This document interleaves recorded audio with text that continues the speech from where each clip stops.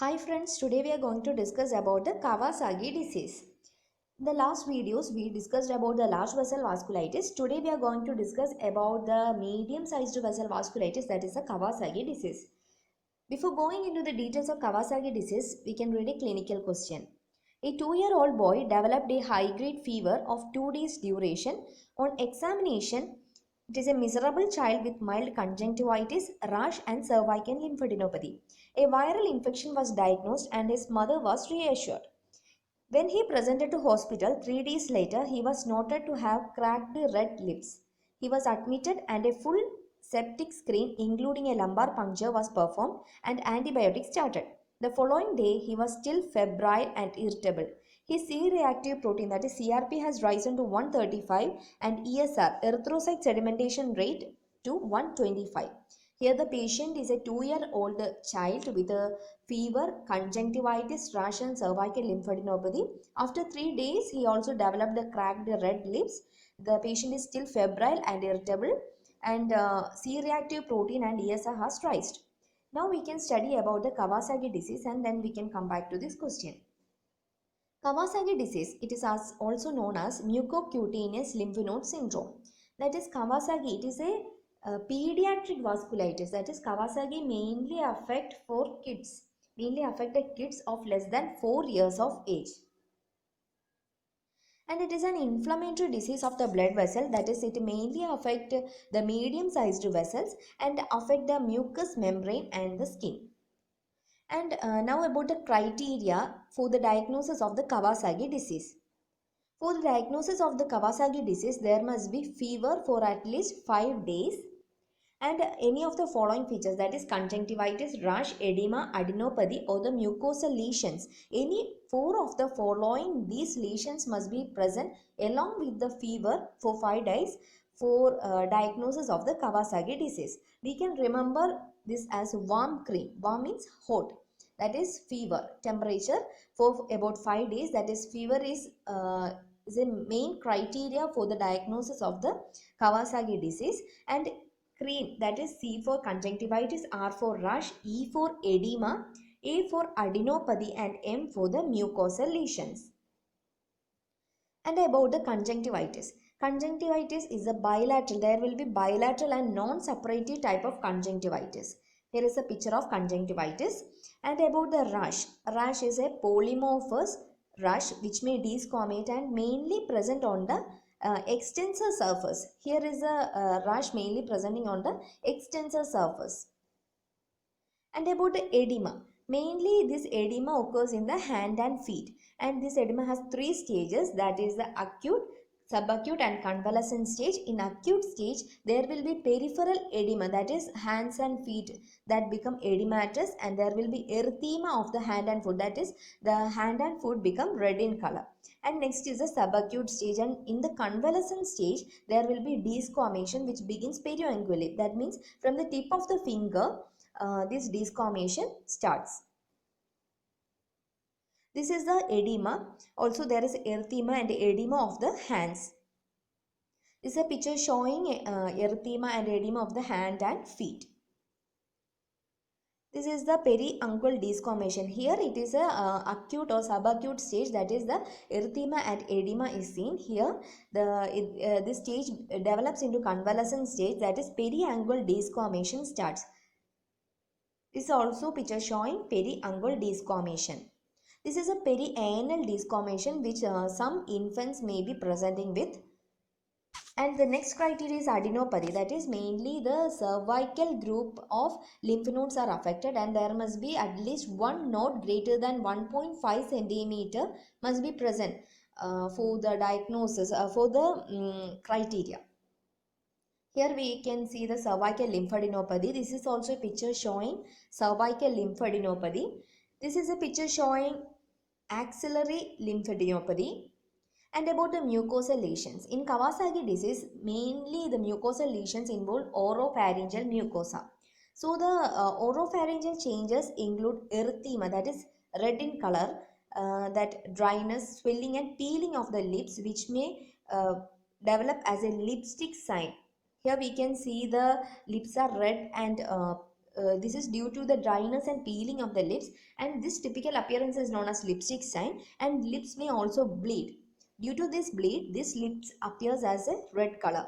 So there will be erythema of the oropharyngeal mucosa, and the typical appearance of the tongue in Kawasaki disease is a strawberry tongue. Remember, this strawberry tongue is a typical feature or typical appearance of the tongue. And no Koplik spots or oro ulceration or exudate seen. In these Koplik spots are pathognomic of measles, so they are not seen here. Here only we can see the strawberry tongue and the lipstick sign. And also there will be erythema of the oral mucosa. This is a strawberry tongue. This is another picture showing strawberry tongue. We can see the lips become erythema and peeling, which may lead to the lipstick sign. Here we can see the typical strawberry tongue and the lipstick sign. We can see the red due to the bleeding of the lips or cracking and bleeding of the lips appears red in color. So it is known as lipstick sign. This is lipstick sign. Here we can see an irritable child with fever.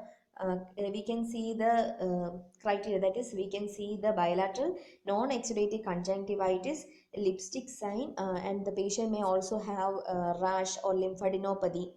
So these are the criteria for the diagnosis of the Kawasaki disease.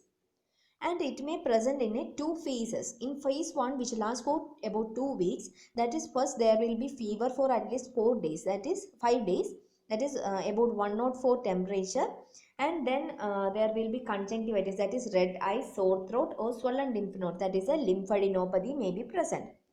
And in phase 2, that may also last for 2 weeks, the skin peels from hand and feet, that is desquamation. The desquamation starts perianguli. In the picture we can see the desquamation, that is starting from perianguli, that is from the tip of the fingers, and there will be swollen painful joints, and some patient may be irritable and also have vomiting, diarrhea and abdominal pain. And about the lab findings, the patient have elevated platelet count. Due to the increased platelet count, there will be thrombocytosis, that is increased platelet count. Due to this thrombocytosis, this size of clot will increases, and as the if the size of clot increases, there will be less blood supply to the heart. So there will be ischemia and myocardial infarction. So there will be due to the decreased platelet count, there will be thrombocytosis, which may leads to the increased size of the clot, and due to this clot there will be decreased blood supply to the heart. So there will be myocardial ischemia or myocardial infarction. This I told you, this Kawasaki disease is a medium sized vessel vasculitis, so it affects the medium sized coronary vessel, so it causes coronary vasculitis. If we left it untreated, which can leads to aneurysm, dilatation or stenosis. And about the lab findings, that is there will be increased TLC, total leukocytes count will be increased, a platelet count will be increased, that is thrombocytosis can be seen, increased ESR and CRP can be seen because it is an inflammatory condition of the vessel. So there will be increased C-reactive protein and erythrocyte sedimentation rate, and there will be also presence of anti-endothelial antibody. These are the lab findings of the Kawasaki disease. The most common acute cause of MI in children is Kawasaki disease, and this is mainly seen in Japan and other Asian countries like China and Korea. For the diagnosis, I already told that there must be the fever for about 5 days, and 4 of the 5 criteria must be present, that is conjunctivitis, rash, edema, adenopathy or mucosal lesions. Conjunctivitis is a bilateral non-exudative conjunctivitis. Rash is polymorphous rash, which mainly seen on the extensor surface. Edema, which can be seen in the hands and feet, and in the convalescent stage, this edema may leads to desquamation, that is periangular desquamation, and adenopathy, mainly the cervical group lymph nodes are affected. And mucosal lesions, we discussed about the strawberry tongue and lipstick sign. And if the fever and four of the following these features are present, there is and evidence of the coronary artery disease, we have to take 2D echogram and coronary angioplasty for the diagnosis. And the most common cause of death in Kawasaki disease is due to coronary artery disease. This, remember this, most common cause of death in Kawasaki is due to CAD or coronary artery disease. And about the management mainly include the investigation and treatment. Investigation, that I already told you, if we have the evidence of the coronary artery disease and all the criteria are satisfied, we will do 2D echogram or coronary angioplasty, and we have to do the lab investigations. And about the treatment, we have to reduce the coronary artery inflammation, so we will give IV immunoglobulin along with the aspirin. IV immunoglobulin along with aspirin. Aspirin is an antiplatelet drug. Usually we don't give aspirin to a febrile child. If we give aspirin to a febrile child, this causes mitochondrial damage and may responsible for causing Ray's syndrome, that is encephalopathy and liver damage. So but here in Kawasaki disease, we give aspirin to a febrile child to prevent the coronary artery inflammation. And usually in an inflammatory condition, we use steroids to reduce the inflammation. But here we don't use steroids because there is an increased chance of coronary artery aneurysm if we give steroids to the patient. So we don't give steroids in this inflammatory condition. I told you, if we give aspirin to a febrile child, this may result in the Ray's syndrome. That is, there will be destruction of the mitochondria and may result in encephalopathy and liver damage. That is the Ray's syndrome. So we don't use aspirin in a febrile child. But Kawasaki disease is an exception, that we will give aspirin to a febrile child. And we don't give steroids because there is an increased chance of coronary artery aneurysm. And about the dosage, we will give single dose of IV immunoglobulin, that is 2 gram per kilogram IV 10 to 12 hours, and we will give aspirin 30 to 50 milligram per kilogram. And once a child become afebrile, then we will reduce the dose of aspirin, and that is we give low dose aspirin, and it is continued at a dosage form of 3 to 5 milligram per kilogram per day for about 6 to 8 weeks. It's not about 6 to 8 weeks. As long as there is no evidence of coronary artery disease, we have to continue it till the coronary artery inflammation subsides. This is a child with this Kawasaki disease. Some children may also present with perianal desquamation, or there will be reactivation of BCG scars in patients with these infants with Kawasaki disease. And this is the case we read earlier, that is a 2-year-old boy presented with high fever. I told you fever is a must criteria for diagnosis of the Kawasaki disease. Along with that, there must be there must be 4 other criteria, that is conjunctivitis, rash, lymphadenopathy. So here there is 4 criteria along with the oropharyngeal changes, that is cracked red lips, that is the oropharyngeal changes, that is a lipstick sign. Here we can see. And there is also raised C-reactive protein and ESR. And also in the question given that the child is febrile and irritable. And this is a case of Kawasaki disease. Now we can discuss some questions. The duration of aspirin treatment in a child with coronary artery aneurysm after Kawasaki disease. We discussed that the low dose aspirin must be given or continued till the coronary artery inflammation subsides. But here the patient or child is with coronary artery aneurysm. So we have to give the low dose aspirin lifelong. We have to give the low dose aspirin till the coronary artery inflammation subsides. Kawasaki disease we know that it is mainly affect the pediatric age group and it is a pediatric age group vasculitis. So and also it is an acute febrile illness. So here the answer is acute febrile self-limited illness of infancy and childhood. But we have to treat if there is any coronary artery inflammation or coronary artery disease evidence. Kawasaki disease diagnosis is unfair without.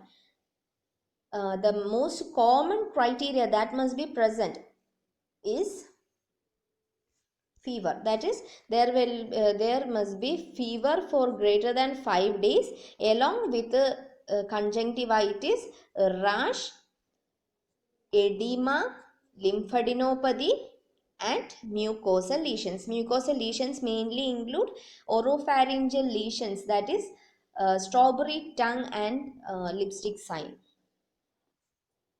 Most common cause of acute heart disease in children, that is none other than the Kawasaki disease. Anti-endothelial antibodies produced in which of the disease? Giant cell arteritis, polyarteritis nodosa, Kawasaki disease, Buerger's disease. We already discussed about giant cell arteritis and polyarteritis nodosa. Here the answer is Kawasaki disease, where the anti-endothelial antibody is produced. Kawasaki disease feature: conjunctival injection plus rash, conjunctival infection plus rash, conjunctival injection plus coronary stenosis, all of the above. So we can see fever, conjunctival conjunctivitis, that is conjunctival injection, rash, lymphadenopathy, edema and all. So the answer here is all of the above. All of the above features can be seen. We can also see coronary stenosis if we left untreated. Kawasaki disease is associated with all except. What are the features? We told the features. The criteria include fever plus conjunctivitis, rash, edema, adenopathy and mucosal lesions. Here the options are conjunctivitis. Yes, conjunctivitis are seen. Thrombocytopenia. We told that there is increased platelet count. That is thrombocytosis. It is not thrombocytopenia. Posterior cervical lymphadenopathy present. Erythema also seen. Here thrombocytopenia is answer. Thrombocytopenia is not seen in the Kawasaki disease. In Kawasaki disease, thrombocytosis is seen. Kawasaki disease primarily predilection for cerebral artery involvement, renal artery involvement, pulmonary artery involvement, coronary artery involvement. Yes, it is coronary artery involvement. It mainly affects the medium-sized vessels, that is and may lead to coronary vasculitis. And the most common cause of death in Kawasaki disease is coronary artery disease. The diagnostic criteria that almost present in every case of Kawasaki disease is. The answer here is the polymorphous rash. A child with Kawasaki disease, the most commonly seen will be the polymorphous rash, which may be seen mainly on the extensor surface. Mucocutaneous lymph node syndrome is name given to. It is another name for Kawasaki disease. Treatment that reduce the risk of coronary artery aneurysm in Kawasaki diseases. High dose aspirin alone, IV immunoglobulin plus aspirin, aspirin plus clopidogrel, IV immunoglobulin plus warfarin. The answer here is IV immunoglobulin plus aspirin. We give aspirin here to reduce the coronary artery inflammation. This aspirin usually we don't give to a febrile child, but in case of Kawasaki disease, we give aspirin to a febrile child. These are the features of the Kawasaki disease. We can see the polymorphous rash mainly on the extensor surface, bilateral non-exudative conjunctivitis, strawberry tongue and lipstick sign, cracking of the lips, that is oropharyngeal changes, and the edema and erythema of hands and feet, and usually there will be after some time there will be desquamation, and there will be lymphadenopathy, and there may be evidence of the coronary artery disease. Kawasaki disease is a disease of adolescent, true or false? It is false. It is a disease of children, that is less than 4 years of age. That is mainly it is a pediatric vasculitis. Kawasaki disease is a disease of adolescents, true or false? The answer here is false. It is a disease of children, that is it is a pediatric vasculitis seen less than 4 years of age. 25% of untreated Kawasaki disease in children results in coronary artery abnormalities, true or false? Answer here is true. Duration of aspirin treatment in a child with coronary artery aneurysm after Kawasaki diseases. The answer here is they need lifelong therapy. They have to continue the treatment as long as the coronary artery inflammation subsides. COVID-19 causes Kawasaki-like symptoms in children, true or false? The answer here is true. Fever in Kawasaki is low grade, true or false?